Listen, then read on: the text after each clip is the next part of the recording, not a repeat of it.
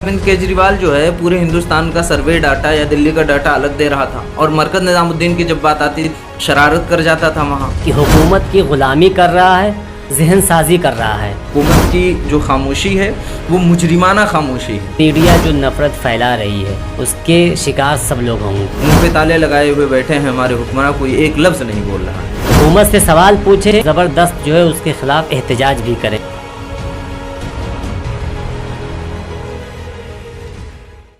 जमहूरियत को खुशहाल बनाने के लिए मीडिया का क्या रोल होना चाहिए? जमहूरियत को खुशहाल बनाने के लिए मीडिया को एक सुतून कहा जाता है बाज़ाब्ता। तो मीडिया को जो गंगा जमुनी तहज़ीब की मिसालें हैं उनको ज़्यादा से ज़्यादा चुन करके लेके आना चाहिए और नफ़रती जो चीज़ें हैं, नफ़रती डिबेट है और भड़काऊ भाषण है या और जो इस तरह की गैर जिम्मेदाराना चीज़ें हैं उनको नहीं दिखाना चाहिए, कुल्ली तौर पर उनको बंद कर देना चाहिए और जो गंगा जमुनी तहज़ीब को फ़रोग़ दें और हिंदू मुस्लिम भाईचारे को बढ़ावा दें, इस तरह की चीज़ों को उन्हें आम करना चाहिए। लेकिन अफसोस के साथ ये कहना पड़ रहा है कि मीडिया का एक बड़ा हिस्सा ऐसा है जो आजकल जा कर के हुकूमत की गोद में बैठ गया और हुकूमत की मंशा के मुताबिक इस तरह की चीज़ें कर रहा है। आपने भी इससे पहला सवाल जो किया था उसमें महंगाई की चीज़ें थीं और ये भी तज़किरा था कि इसमें जो मुखालिफ पार्टियाँ हैं या जो और दूसरी सियासी पार्टियां हैं उनकी मंशा शामिल है। तो इस सिलसिले में बात वाज़ेह है बिल्कुल कि मुसलमानों के ख़िलाफ़ जब कोई बात आती है तो खुल्लम खुल्ला जो है ना सभी एकजुट हो जाते हैं। हमारे आपके इल्म में होगी ये चीज़ कि जब यहीं जो है निज़ामुद्दीन पे कुछ लोग फंस गए थे अंदर तो उनको ये कहा गया कि इन लोगों ने जा करके इधर उधर जो है कोरोना फैलाया। बाज़ाब्ता अरविंद केजरीवाल जो है पूरे हिंदुस्तान का सर्वे डाटा या दिल्ली का डाटा अलग दे रहा था और मरकज निजामुद्दीन की जब बात आती थी तो ये जो है शरारत कर जाता था वहाँ। और मरकज़ में इतना है, इसको बताने की क्या ज़रूरत है आपको, अलग से उसको उसका जो है रेशो, उसका तनासुब और उसका आंकड़ा देने की क्या ज़रूरत है। दूसरी बात ये है कि क्या सिर्फ मुसलमानों के वहाँ तबलीग की वजह से ऐसा हुआ या मुसलमान भोपाल में जो तबलीगी इज्तिमा किए उसकी वजह से और निज़ामुद्दीन में, और क्या हिंदुओं ने जो मेला किया था उस मेले में जो गैदरिंग हुई थी लाखों की उससे कुछ नहीं हुआ। बात ये है कि जब मीडिया वाले या जब हुकूमत के कारिंदे एक मखसूस ऐनक लगा करके किसी भी चीज़ को देखते हैं तो वो सही तज्जिया पेश नहीं कर पाते हैं। इसलिए मुनासिब यही है, मीडिया का भी इसमें बहुत अहम रोल होता है, एक जमहूरियत का वो सुतून माना जाता है और अहम सुतून है कि वो उन चीज़ों को फ़रोग़ दें, यकजहती को फ़रोग़ दें और तहज़ीब और यगंगत का सबूत दें और इस तरह की जो चीज़ें हैं, जो भड़काऊ चीज़ें हैं या इस तरह की जो गैर समाजी चीज़ें हैं उनको दिखाए ही ना और कुल्ली तौर पर उनको बंद कर दें। देखिए मीडिया का क्या काम था? मीडिया का काम ये था कि मीडिया सही ख़बरों को दिखाए, क्या सही है क्या गलत है, बस इतना काम था।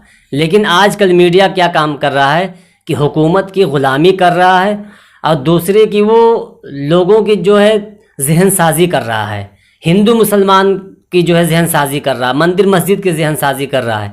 तो ये चीज़ ख़तरनाक है, बल्कि ये दिखाए क्या चीज़ सही है क्या गलत है, सरकार कितना गलत कर रही है, महंगाई क्यों बढ़ रही है। जैसे आपने ये कहा कि पेट्रोल है ना बाहर से आता है और सारे खर्चे होते हैं इसी वजह से होते हैं, जबकि ऐसा नहीं है। बहुत सारे माहिरीन हैं जिन्होंने ये कहा है कि अगर सारे खर्चे टैक्स वगैरह जोड़ दिए जाएं तब भी जो है मौजूदा जो कीमत है उस कीमत को नहीं पहुंचती है, उससे कम अगर कीमत करे तब भी सरकार को फ़ायदा होता है।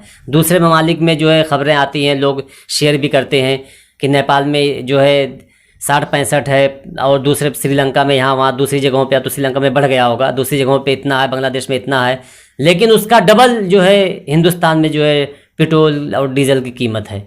तो महंगाई पे काबू पाने की जिम्मेदारी वो सरकार की है, ये सरकार को काम करना चाहिए और मीडिया को अपनी जिम्मेदारी पूरी तरह से अदा करनी चाहिए। इस सिलसिले में जो एक वाज़ेह फ़र्क ये नज़र आता है, अभी 5 रियासतों में इलेक्शन था तो इंटरनेशनल मार्केट में तो पेट्रोल डीजल और जो गैस थे सबकी कीमतें तो बढ़ गई थी, लेकिन हुकूमत ने क्यों नहीं बढ़ाया। तो ये सारी चीज़ें जो है ना प्री प्लान्ड होती हैं कि हमें कब क्या कितना बढ़ाना है और क्या चीज़ें कैसे करनी हैं। जो मार्केट कंट्रोलर हैं वो इस चीज़ को बहुत बेहतर तरीके से जानते हैं। और दूसरी बात ये भी है ना कि जब आवाम में नौजवान तबका जो है, जो क्रीम का तबका होता है, ये जब बेदार हो जाता है ना तो फिर इसे खामोश करना बड़ा मुश्किल हो जाता है।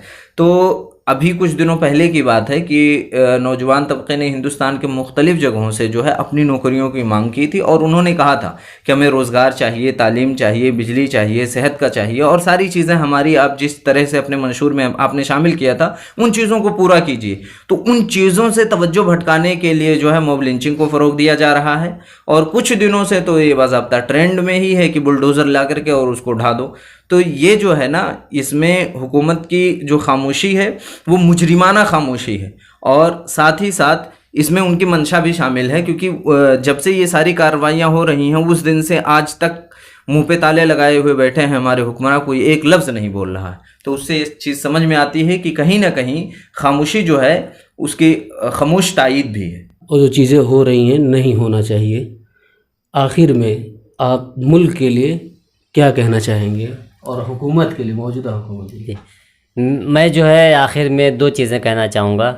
एक चीज़ तो मीडिया से कि मीडिया अपनी पूरी ज़िम्मेदारी अदा करे और जो चीज़ें आवाम के फ़ायदे के लिए हैं वही चीज़ें वो पेश करे, इसलिए कि मीडिया जो नफ़रत फैला रही है ऐसा ना समझे कि उसकी आग जो है वो वहाँ तक नहीं पहुँचेगी, उसके शिकार सब लोग होंगे।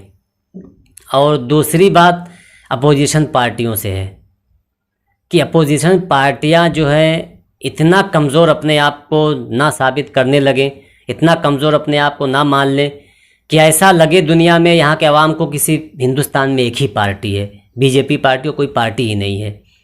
हुकूमत से सवाल पूछें और ज़बरदस्त जो है उसके ख़िलाफ़ एहतजाज भी करें जब महंगाई हो या अवाम के ख़िलाफ़ जुल्म हो, और इसमें कोई भी तफरीक ना करें, हिंदू की, मुस्लिम की, दलित की, किसी और की, किसी के भी ख़िलाफ़ जुल्म हो तो वो उस पर आवाज़ उठाएं। इसलिए कि जब इलेक्शन आता है तो वोट मांगने सारी की सारी पार्टियों के लोग इंसान हम जैसे लोगों के पास आते हैं।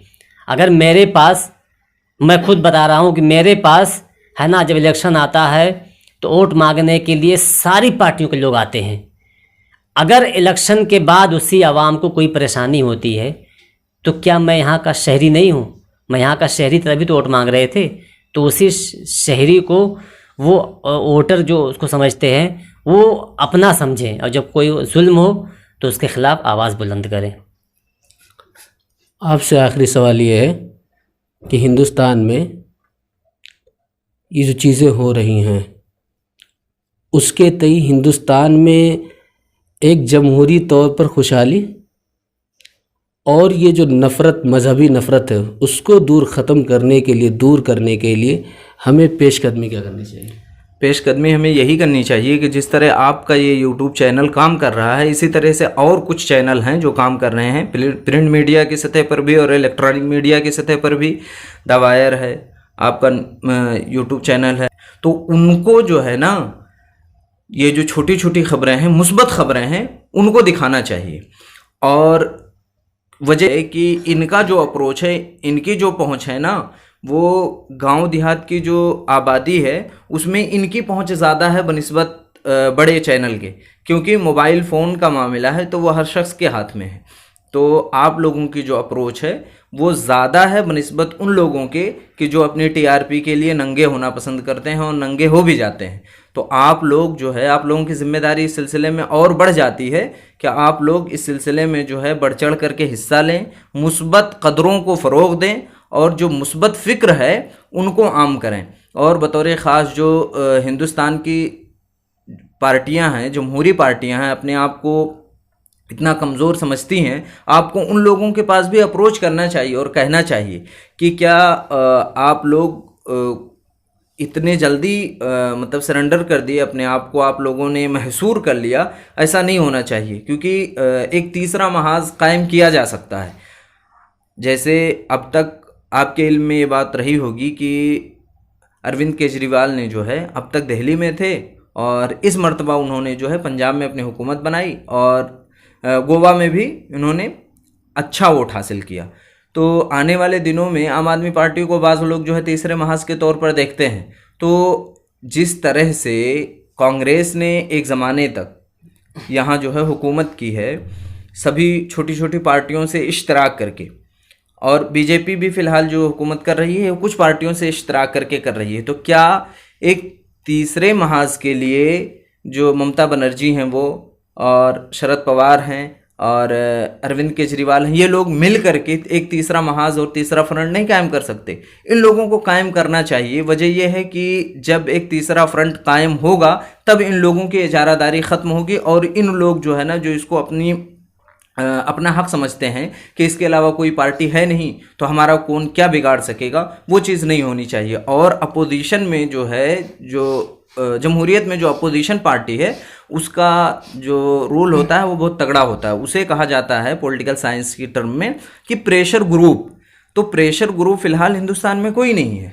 तो चाहिए ये जो छोटी छोटी पार्टियां हैं ये अपना तीसरा फ्रंट कायम करके और प्रेशर ग्रुप का काम करें, और इस सिलसिले में बहुत ज़्यादा परेशान होने की ज़रूरत नहीं है। वजह यह है कि ये जो लोग जुल्म कर रहे हैं ना, ये जुल्म की इनके बस इंतहा होने ही वाली है, आज नहीं तो कल इनको जाना है।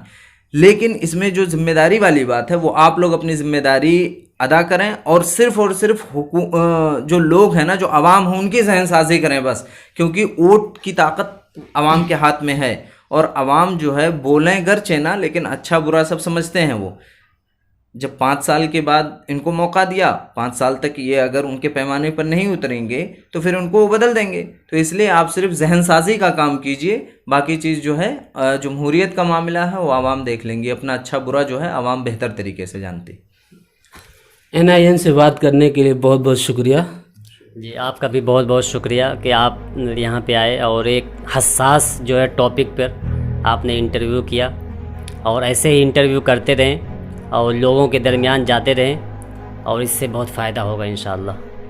ये थे मोहम्मद वसीम साहब, जो कि जामिया मिलिया इस्लामिया से उर्दू से रिसर्च स्कॉलर हैं, और मोहम्मद अशरफ यासीन साहब जो कि इग्नू से रिसर्च स्कॉलर हैं। फ़िलहाल दोनों साहिबान से मैंने बात की, गुफ्तगू की जाना। फिर मिलेंगे किसी ख़ास मेहमान के साथ। नई आवाज़, नई परवाज़। मैं हूँ मोहिउद्दीन आज़ाद। आखिर में एक शेर है, हिंदू मुस्लिम भाई भाई, कैसी तफरीक कैसी लड़ाई।